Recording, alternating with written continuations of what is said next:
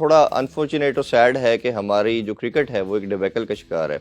अगर उसकी कंटिन्यूटी देखें तो वो स्टार्ट होती है एशिया कप से, देन वर्ल्ड कप में बुरी परफॉर्मेंस, और अभी ऑस्ट्रेलिया की सीरीज़ में भी ऐसा ही कुछ नज़र आ रहा है। सम हाउ कहते हैं कि जो कंट्री की टर्बुलेंस होती है, जो सर्कमस्टांसिस होते हैं, वो आपकी स्पोर्ट्स में रिफ्लेक्ट करते हैं। तो ये हमें वही सम हाउ कुछ अरसे से नज़र आ रहा है। एक सवा साल या 1.5 साल के टेन्योर में हमने देखा कि हमारे 3-4 चेयरमैन चेंज हो चुके।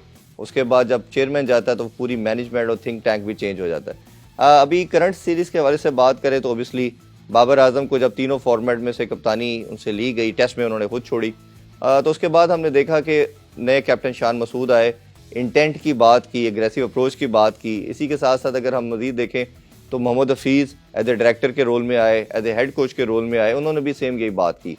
पहला मैच तो टोटल डिज़ास्टर था और हमने देखा कि पाकिस्तान बहुत बड़े मार्जिन 367 रन के मार्जिन से हारा। दूसरे टेस्ट मैच में काफ़ी पॉजिटिव भी थे।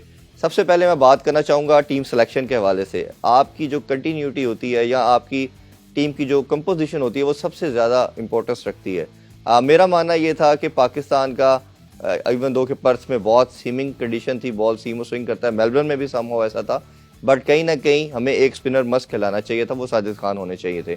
उसकी रीज़न ये है कि ऑस्ट्रेलिया के पास 5 लेफ्ट हैंडेड है, तो हमने स्पिनर को इंडक्ट नहीं किया। और क्या हम ऑस्ट्रेलिया से उनसे बेहतर कंडीशन को जानते हैं?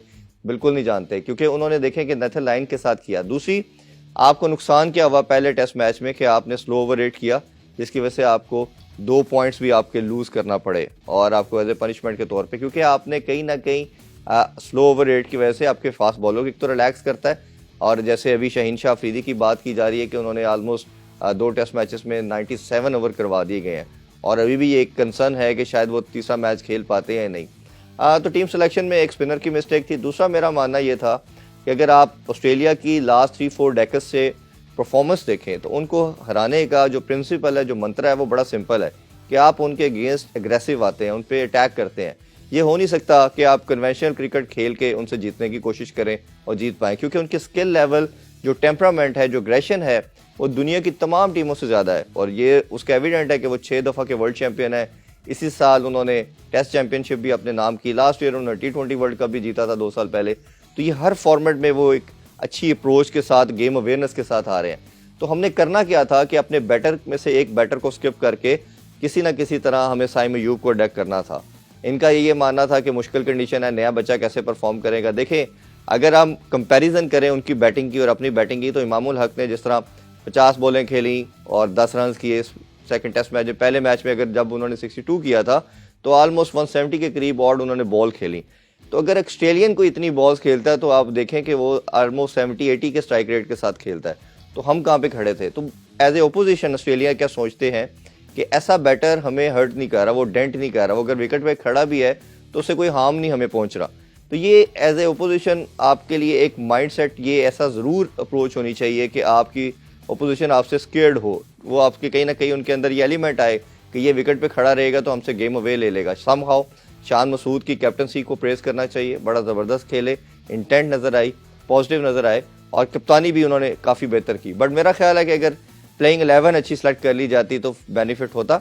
अच्छी चीज़ ये है कि तीसरे मैच जो सिडनी में खेला जाएगा, एक तो उसकी कंडीशन जो है वो सम हाउ सब कॉन्टिनेंट की तरह की है, लो बाउंस है, बॉल स्पिन भी करता है। तो मेरे ज़राए के मुताबिक साइम अयूब का तो डिक्लेयर भी हो चुका है कि वो खेलेंगे मामूल हक की जगह, और साजिद खान भी हसन अली की जगह खेलेंगे। तो ये बड़ा एक पॉजिटिव साइंस है, और अगर इन्हीं के साथ पाकिस्तान जाते हैं और इंटेंट थोड़ा पॉजिटिव रखते हैं। लास्टली मैं कहना चाहूँगा बाबर आजम का काफ़ी ज़्यादा हमें उनकी बैड फॉर्म का नुकसान हो रहा है। जब हम देख रहे हैं कि वो रन्स नहीं कर पा रहे, इस साल उनकी 22 की एवरेज है रेड बॉल में। इसी तरह इतना प्रोलिफिक किस्म का उनका कैरियर है, और अभी तक कभी वो मैन ऑफ सीरीज़ नहीं हो पाए टेस्ट मैचेस में। तो ये भी एक बहुत बड़ा पाकिस्तान के लिए और ख़ुद उनके लिए बड़ा एक, मेरा ख्याल है कि वेयर्ड ये एक चीज़ है। और मेरा ख्याल है अगर पाकिस्तान ने सक्सेस हासिल करनी है तो बाबर आजम को रन करने होंगे, और पाकिस्तान की विक्ट्री में जैसे शहीन की बात की जाती है कि हमारे पेस को वो लीड करते हैं, इसी तरह Babar Azam as a number 1 batter हमारी बैटिंग लाइनअप को लीड करते हैं।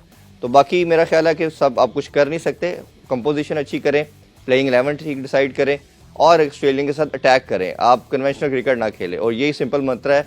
आई थिंक सो कि पाकिस्तान अब ऑल आउट जाएगा, क्योंकि सीरीज़ तो हम हार चुके हैं। लास्ट मैच में कुछ एक्स्ट्रा ऑर्डिनरी करके मेरा ख्याल है नए साल की खुशी ज़रूर देंगे।